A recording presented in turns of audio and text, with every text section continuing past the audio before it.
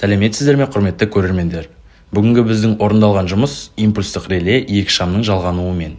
Жұмысты орындаған TE2409K тобының студенттері. Бізге керек жабдықтар: электр есептеуіш, таратушы қорап, DIN рейка, бір фазалы автоматты өшіргіш, импульстық реле, патрондар мен шамдар. Біз бір жабдықты атамай кеттік.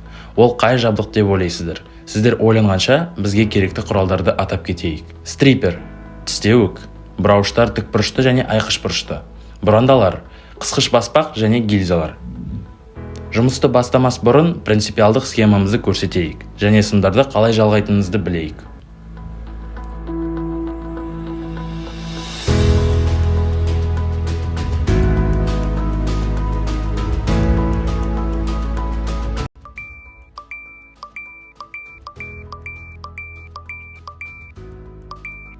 Аталып кетпеген жабдығымыз электр түймесі болып табылады.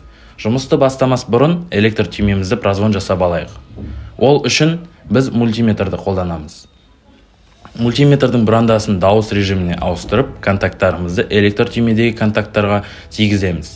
Дауыс берілген мезетте бұл жабық контакт екенін түсінеміз, ал ашық контактта мультиметр әсер етпейді.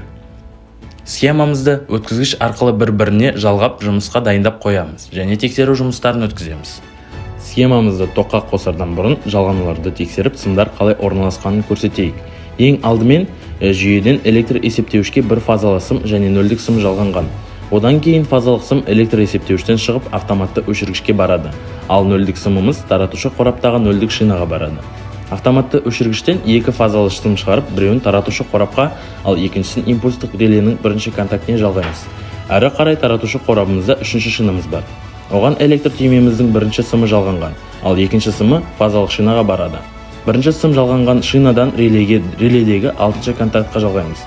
Соңғы ісіміз шамдардың бір сымын нөлдік шинаға жалғау, ал екінші сымды реледегі 12-ші контактқа жалғанады. Схемамыз аяқталды, тексеру жұмысы өтті, іске қосып көрейік.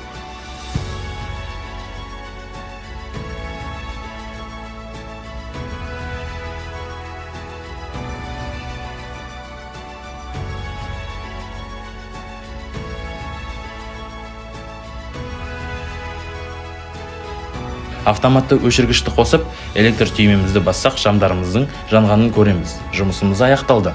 Назарларыңызға рахмет.